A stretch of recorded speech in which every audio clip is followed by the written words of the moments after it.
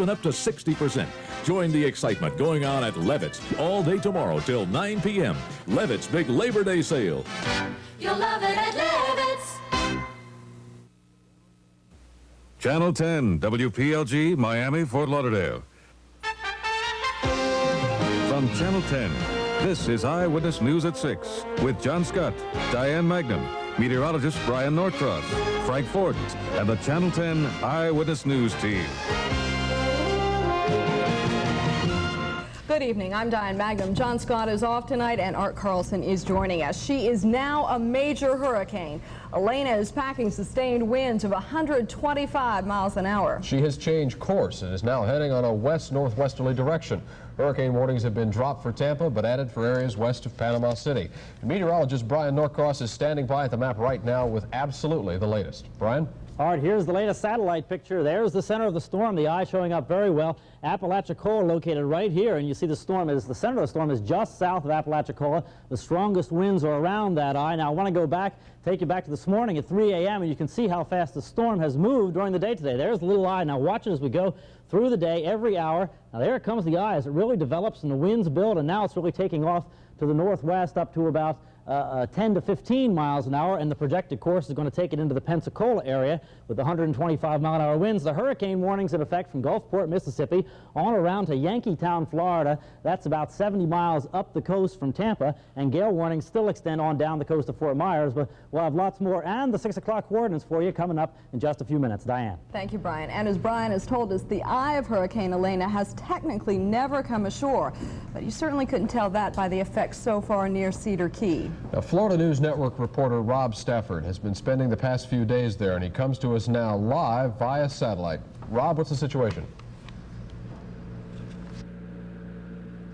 I'm in Fanning Springs right now. That's about 25 miles from the coast.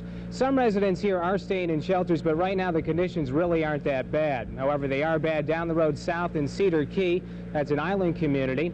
The rain was coming down so hard there today, it felt like needles were hitting your face. Earlier in the day, they did let some reporters, photographers, and residents onto the island, but later in the day, the island was sealed off completely. The wind was way over the speed limit in Cedar Key this morning, but that wasn't enough to stop some residents from returning. I'm going to go whether they want me to go or not. Why is that? Because I got everything I owns in there. I'm going to try to save some of it. For many, it was a sad homecoming. They discovered houses that were either damaged or destroyed. The roads and bridges weren't much better. Several sections have washed away, while others are cracking. Heavy artillery and gravel were brought in to combat erosion, but Elena was just too strong. The order we have now is that this area is completely sealed off, and also we received information that all the coastal counties are sealed off. The wind and rain are so heavy here, metal guardrails are bending and poles are leaning close to the ground. Some telephone and power lines have been knocked down completely. Because of the down lines, electricity has been shut off to the entire island. That means residents there can no longer pump gas, watch television, or contact friends and relatives. Even on shore, conditions are bad. Heavy rain forced some trailer park residents to find shelter in this block building. When the damage estimates are completed here, some say it will be in the millions. I was told it could cost $3 million just to repair the damages on Cedar Key alone. Considering this storm hasn't even hit land yet, this could definitely turn into a $1 billion or more hurricane. This is Rob Stafford reporting live in Fanning Springs. The tempers are fraying, and people are getting awfully frustrated as they wait for Elena to finally come ashore. We have more on their dilemma as our team coverage from around the state continues with Eyewitness News reporter Susan Candiotti via Newsat 10. Sustained winds of 60 miles per hour still kicking up waves around the Bay Area. At low tide, the weather breaking just enough, giving residents a chance to check on their homes. Security is tight. Police checkpoints making sure only residents of Tampa's evacuated Davis Island have access to the neighborhood. It's on 506 certain. We're on a canal there. Okay, make sure you leave as soon as possible. The Stafford family surveying Elena's raft, finding she left a wet calling card. It is deep. It is all the way. There's probably 3.5 feet of water underneath there.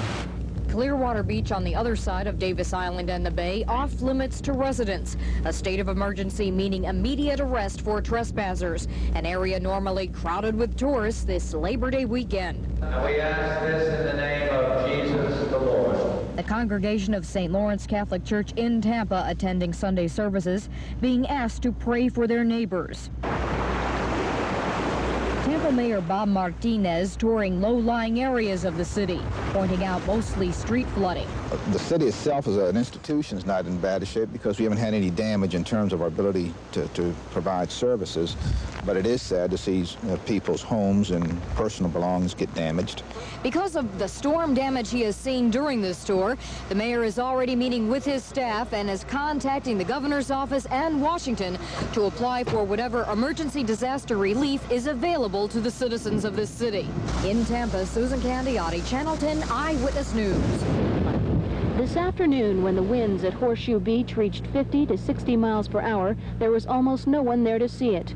Most of the 450 permanent residents in this small fishing community have abandoned their boats, their businesses, and their homes. But in the face of the hurricane, Margie Neely is sticking it out, in spite of the advice of relatives and police. I don't plan to go unless they run me out of here. I plan to stay. I've stayed here before. I don't run from nothing like this. God knows where I'm at if he wants me. Authorities have promised to keep an eye on Mrs. Neely and the handful of other fatalists in this small community. This man had a different reason for being in Horseshoe Beach this afternoon. Over the past 3.5 years, he's established a fish and shrimping business. Last night, a good part of it was swallowed by water, and today he only came back to see it. We'll probably be going back here before too much longer. It seemed to be increasing, in the storm. So far, the wind has been pushing the Gulf waters out to sea. Horseshoe Beach, unlike Tampa, is on the west side of the storm. But if Elena does continue in a westward direction, it could bring more water to the nearly submerged community. People who decided to stay here hope that's not what's going to happen. In Dixie County, Kathy Wolf for the Florida News Network. I'm Carolyn Miles in Callahan. Here, rain-swollen ditches and streams are covering some roads, and in some areas have already caused thousands of dollars in damage. This morning, the Missler family woke to find their patio covered with water. Several hours later, a boat was the only way in and out of their home, and they were forced to evacuate. Got everything moved that we could. We moved just as much as we could, as fast as we could, but a lot of it's got wet.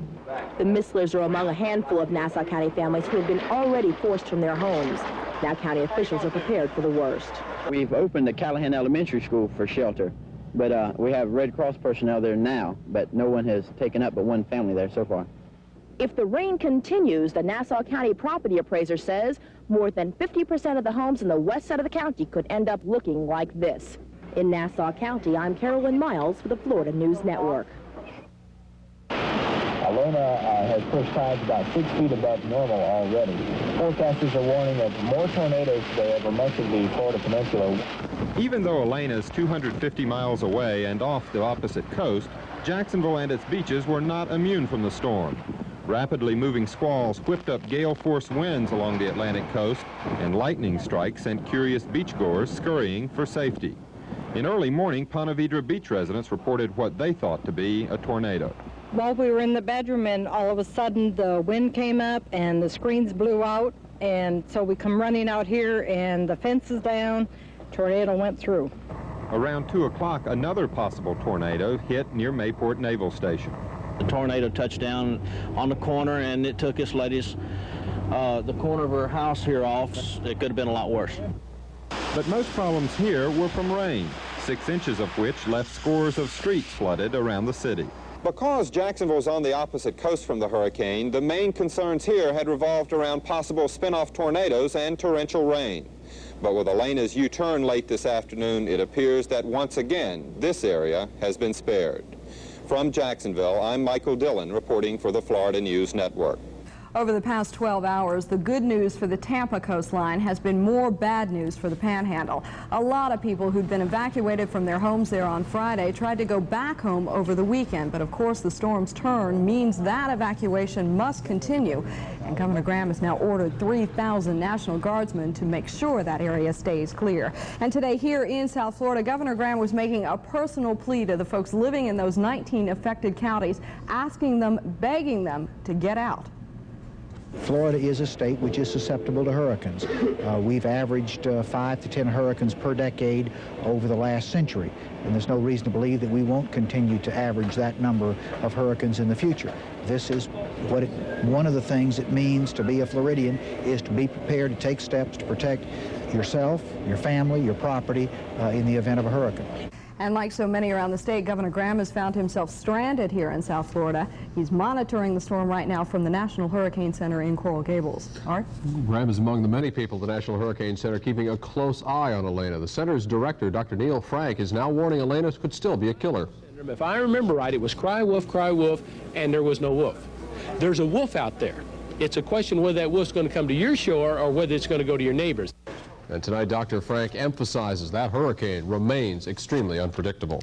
And Elena is taking its toll on some popular tourist attractions this weekend. Disney World closing early both today and yesterday. Officials there are afraid the storm could come inland toward the Orlando area. SeaWorld also completely closing yesterday, but reopened again today as Elena headed toward the Panhandle. And still to come, we have a bird's eye view of Elena from the space shuttle. And some dolphins lending support to some people in need. Eyewitness News will be right back.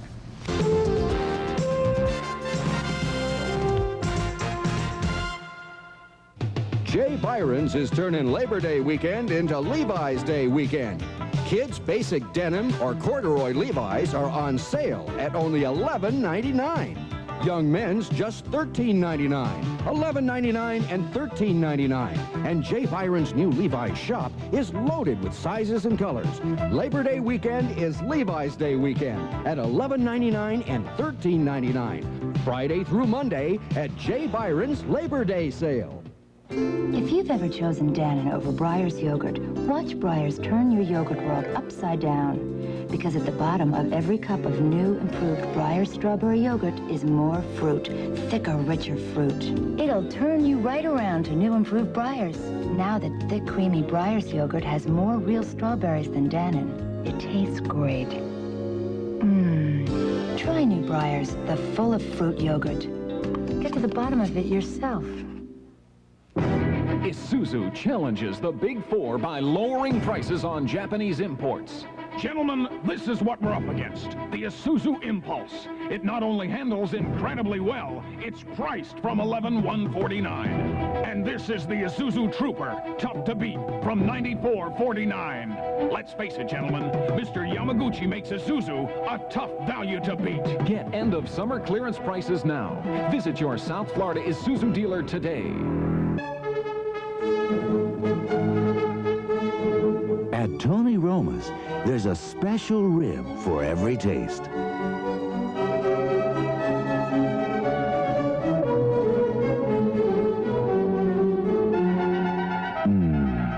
Meat's so tender, it practically falls off the bone.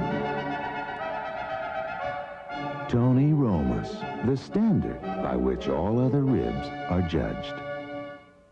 The crew of the Space Shuttle Discovery got an ultimate bird's-eye view of Hurricane Elena today as astronauts took their second walk in space. 2 crew members completed repairs on a disabled satellite, rewired it, and then sent it back into orbit. That 2-day repair job is being called an enormous success, but NASA says it'll take a couple of months before they know whether the satellite is working impeccably. Could be weeks before Mariel prisoners end their hunger strike in Atlanta. 50 of them are refusing to eat, apparently in protest of their confinement. The prisoners have been jailed since 1980 when they came to the United States on the Freedom Flotilla. They've been on a hunger strike for a week now, and authorities say doctors are being forced to force feed them. Diane? Efforts are underway tonight to help end muscular dystrophy. Some very famous athletes from here in South Florida were carrying the ball to raise money to help out Jerry's kids. Dolphin punter Reggie Robbie and All-Pro center Dwight Stevenson signing autographs at the Omni Mall today. They're taking donations for the Muscular Dystrophy Association, and all those donations are getting fans autographed footballs, posters, and pictures. Lots of attention focused on one very famous Dolphin tonight. He's quarterback Dan Marino, and if you haven't heard yet, he has agreed to go back to camp in spite of his contract dispute with Joe Robbie. Well, apparently nothing could make Dolphin fans more pleased. Well, I don't think anybody will boo him. I think. Why not? Well, he's a good player, and I think, like he said, he had his views, and Robbie had his views, and if people want to see football, then they should be glad he's back, because he's a good player. And Marino is back just in time for the regular season. It is only a week away. Can't wait, can't wait. Just ahead, some difficult decisions are ahead, though, for the Dolphin coaching staff. And we have a race car driver who's going all out for $1 million bonus. Good idea. Frank Sports when Eyewitness News continues.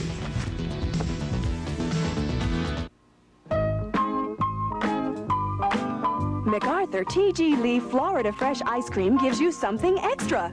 Extra fruit, extra nuts, extra flavor, extra rich and creamy taste. It's made right here in Florida, so it's extra fresh when you buy it. Plus, this new Ziploc opening and tuck-tight lid help make sure it'll stay fresh in your freezer. Try MacArthur T.G. Lee Florida Fresh Ice Cream. Something extra from Florida's 2 great dairies. Come on along, I'll take you to the lullaby of Broadway. The hickory and ballyhoo. The lullaby of Broadway. And in the center of it all is the Milford Plaza. Stay at the Milford Plaza Hotel with cocktail dinner and breakfast for $43 per person. Discover why we are the lullaby of Broadway. The Milford Plaza is the lullaby of all Broadway. From this moment on, your moisturizing lotion may be obsolete. Elizabeth Arden just invented Advanced Energizing Extract, the 21st century lotion that energizes skin to actually change its texture. Suddenly, skin is smoother, finer, moister. Makeup glides on. You glow. New Advanced Energizing Extract from Elizabeth Arden. It's just in time. Your gift with any Elizabeth Arden purchase of $7.50 or more. Now at Burdines, of course. She's been compared to Streisand, but the voice has a magic all its own. Channel 10 and Super Q are proud to present in her only South Florida concert this year, Lisette.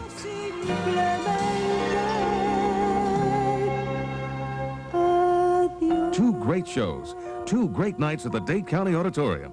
Catch the excitement. Catch Lisette in concert. Good seats are still available. Buy this large capacity GE washer for only $229. This 4,000 BTU GE air conditioner for just $119 during the holiday clearance sale at Coffin and Roberts, Saturday through Monday. Dan Marino is back in camp, but quite frankly, it is bottom line decision time. Well, he doesn't have to worry That's about true. his job, but there are going to be 5 people who are going to be unhappy tomorrow because they did not make the team. That's it, the final cut. The Dolphins return to the practice field tomorrow to begin preparations for the season opener in Houston next Sunday. Today, Don Shula and his staff are making decisions on personnel. 5 more players will be waived tomorrow morning, and the choices won't be easy. Frank Lockett has been impressive, and he's fighting Vince Heflin for the final wide receiver spot. The Dolphins also are overloaded at defensive back, and veteran Fulton Walker, who looked to be in trouble, had 2 sacks Friday night against the Falcons, so the decisions will be hard. Fulton out of the University of West Virginia.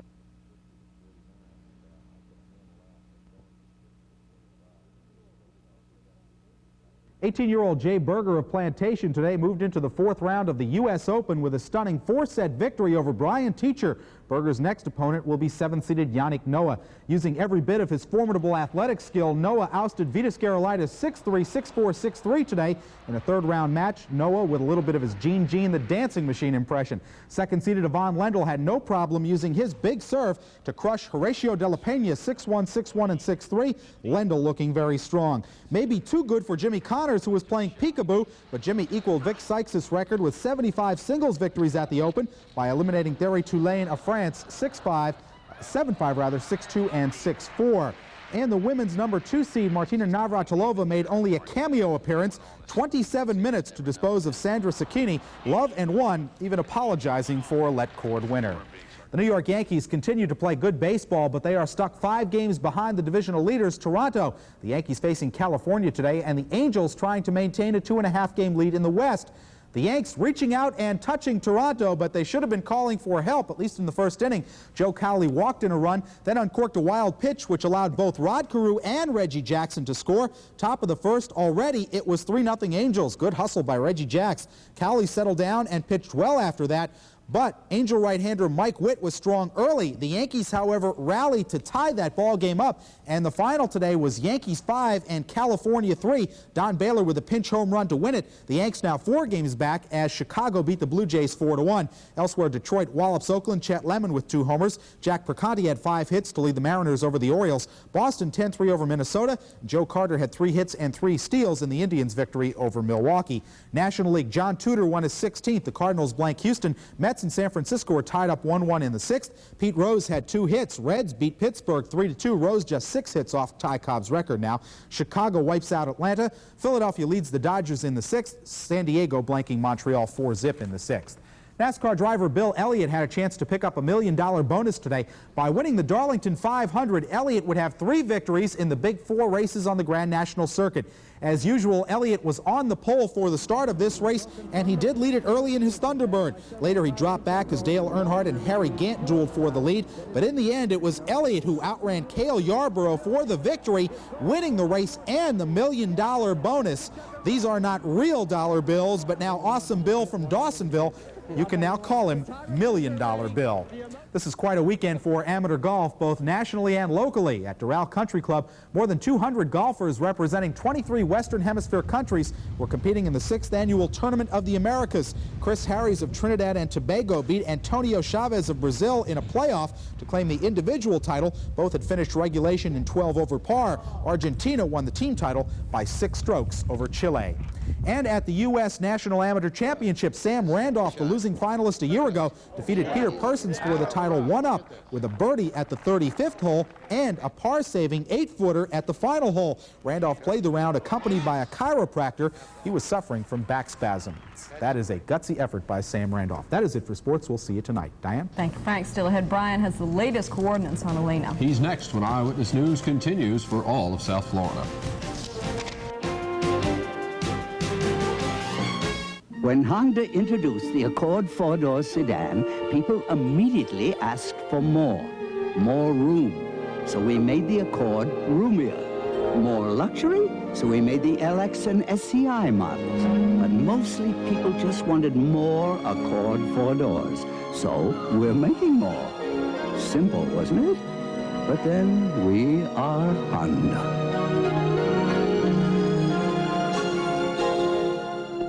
Who says you can't have it all? Who says you can't be on the job and take your eye off the ball? Who says you can't have super premium taste and a less filling beer? Michelob Light. Oh, yes, you can. Michelob Light. Oh, yes, you can. Michelob Light. Oh, yes, you can. Have it all. For instant weather updates anytime, call the Channel 10 Eyewitness News weather phone. It's free. In Dade, 576 WPLG. In Broward, 763-5353.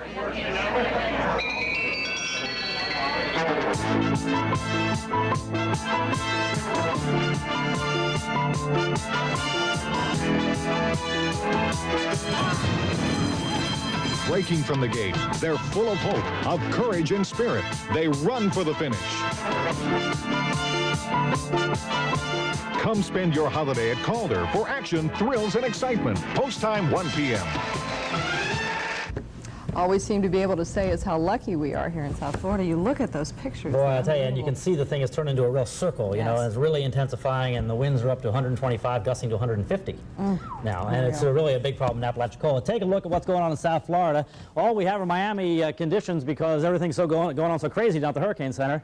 88 barometer falling, humidity 62%, wind out of the south at 16, and the surf temperature 85. I want to take you back to where this thing started, this tropical storm, Elena, down over Cuba. Now, as we go through the day late last week, moved up in the Gulf, turned into a hurricane south of Pensacola, and they evacuated the Gulf Coast, if you remember. Then it took a hard right, headed toward the Florida coast, and stalled there yesterday, and then turned back around. And here we are right now, located just south or southwest of Apalachicola. Back to 5 o'clock yesterday morning on the satellite sequence. This is a long one. Here you see the storm move over to the coast, and now it's developing, becoming more circular, and then moving back out to the northwest or west-northwest. So there's the eye, very obvious as it developed through the day today. The other thing to look at is look at the high pressure pushing in here. It's actually building down the Florida coast, and that's what prevented the storm from going any further east than it did. As far as the coordinates and so forth, if you're plotting it with us, winds 125 miles an hour with gusts to 150, moving west-northwest 10 to 15. Latitude is 29.3 north, longitude 85.5 west. Locates that 45 miles to the southwest of Apalachicola. Now it is moving right in the direction of Pensacola and is forecast to go ashore in the Pensacola-Mobile area. Let's check where the hurricane warnings are in effect now. They go from Gulfport, Mississippi, on over to Yankeetown, Florida, Yankeetown being about 70 miles up the coast from the Tampa-St. Petersburg area, and gale warnings in effect around the mouth of the Mississippi River. And then from Yankeetown on down to Fort Myers, the gale warnings are still up over there now. And if you're planning any boating, they still have high winds and very high seas all over the Gulf. As a matter of fact, we have high seas off our shore as well. Now, there are other things to look at with this storm. First of all, look at the winds. In the red area, this is where the hurricane-force winds are. And they've had winds up to 95 miles an hour there at Apalachicola. Gales well up into Alabama, Georgia, still in the Tampa Bay area, over into Gainesville, up into Lake City, and pushing in now into the Pensacola area. The winds should die down as the storm moves on out, but this is a big and growing storm, so even though it is moving away, the winds aren't dying down quite as fast. There's been, of course, severe weather reported with the storm as well, and a tornado watch continues in effect for most of the northern part of the peninsula, and we have some heavy thunderstorms just to the north of us with the storm. Here are just a few of the reports. At Jacksonville, you saw the tornado report there, and 10.16 inches of rain officially recorded at Jacksonville for the storm so far over 3 days, and they will probably get close to 15 inches. McClenny, that's to the west of Jacksonville. I-10 is closed there, so if you're thinking about driving north, the Highway Patrol does not want you to do that because some of the interstates are closed. Apalachicola, gusts to 95 miles an hour, and the report from the National Weather Service office there is they're okay, but the buildings are in bad shape around them, and they've seen buildings coming apart downtown. That's what they said, coming apart downtown. So as the storm moves on away now, the rains are going to continue because the storm is growing, and we have these feeder bands of rain. That's Jacksonville happened to be over one most of the day. Look at our radar here, and you can see one of those feeder bands. Here it comes right here from Vero Beach on down to the western parts of Broward County, but it's moving mostly to the northeast. I don't think most of metropolitan Miami or Fort Lauderdale will see it. Let's go on now to our forecast for South Florida. Planning any boating, the high winds and seas are going to continue all around Florida for the rest of today, and small craft should remain in port. Winds out of the south 20 to 25, seas 5 to 8 feet, inland bays will be choppy. So once again, planning boating tomorrow, it's going to be a little choppy out there, but not too bad. The forecast now doesn't look too bad for South Florida. A few storms around, mostly north of us. Muggy tonight, low about 80. Tomorrow, a mixture of clouds and sun, hazy and humid, just a few storms. Looks pretty good, really, 90. And the extended forecast looks very good if the storm continues the way it's going. That's your early look at the weather. We'll check it again later on. Now, here's Art. All right, Brian, thank you very much. We have time now for a final look at how the folks are faring along the coast in the wake of Elena. And for that, let's go live now to Eyewitness News reporter Susan Candiotti, who comes to us via NewsSat 10. Susan? Thank you, Diane. Even though hurricane warnings were lifted from here about 2 hours ago, gale warnings are still up. As a matter of fact, just a couple minutes ago, it was raining very, very hard here. But of course, the conditions now look nothing like they did about 24 hours ago when I joined you from the same general area. Just about an hour ago, city officials met in an emergency meeting and lifted the evacuation order. That means area residents can start returning to their homes. If their homes look all right, if the damage isn't too bad, they will be allowed to go home and remain there. Emergency shelters will remain open on an as-needed basis. Now, taking a look at some of the damage here just to prove to you what emergency preparation means. If you can prepare for it, that's fine. If you can't, take a look at what happened to this boat. And here's some folks who own this boat here. Can you briefly come over here and tell me how bad things look? Well, it looks terrible. I think it's a total loss. There's nothing left. The hull is all broke. The sides are broke. Everything is just destroyed on the boat. And it was hanging out there on those davits. How it wound up here, I don't know. See that? It blew apparently over here all this way.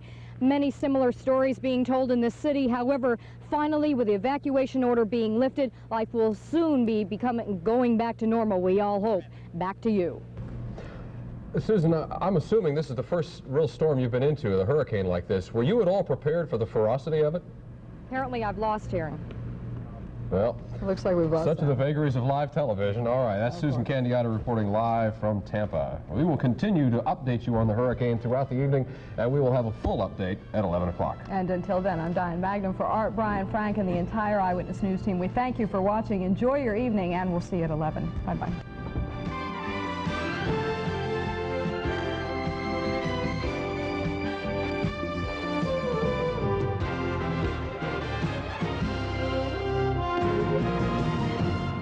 What's your store? Mamas, papas, little gals and guys for practical gifts And luxury buys, cameras, diamonds that tantalize. 2 words to the wise. Service merchandise. Service Merchandise is your houseware store, your sporting goods store, your electronics store, your fine jewelry store. Shop us fast Or browse us slow. 2 words to the wise. Service merchandise. It might be easier buying a CD if banks didn't change their rates so often. What's the rate this week? What was the rate last week? Beat the bank with Ginnie Mae certificates from Government Securities Corporation, now yielding as much as 10 3/4%. Isn't it time you switched from CDs to Ginnie Mae's, backed by the U.S. government? Call Government Securities Corporation today. Bird Road Mazda sizzling summer sale. It's summertime saving time at Bird Road Mazda. These last weeks of the 85 model year mean savings throughout our showroom. On 626, a classic family car. RX-7, the enthusiast dream. And Bird Road Mazda's GLC hatchback. Hurry, it's your last chance to save on 85. She started following us.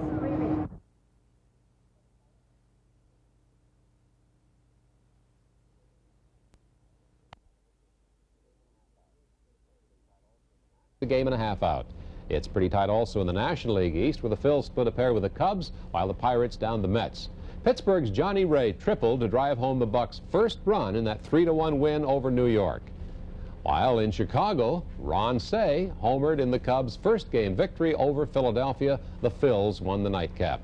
So the Phils hold a 1-game lead over the Pirates, with the Expos 3.5 games behind in the East. And in football, world-class sprinter Willie Gault signed a contract with the Chicago Bears, making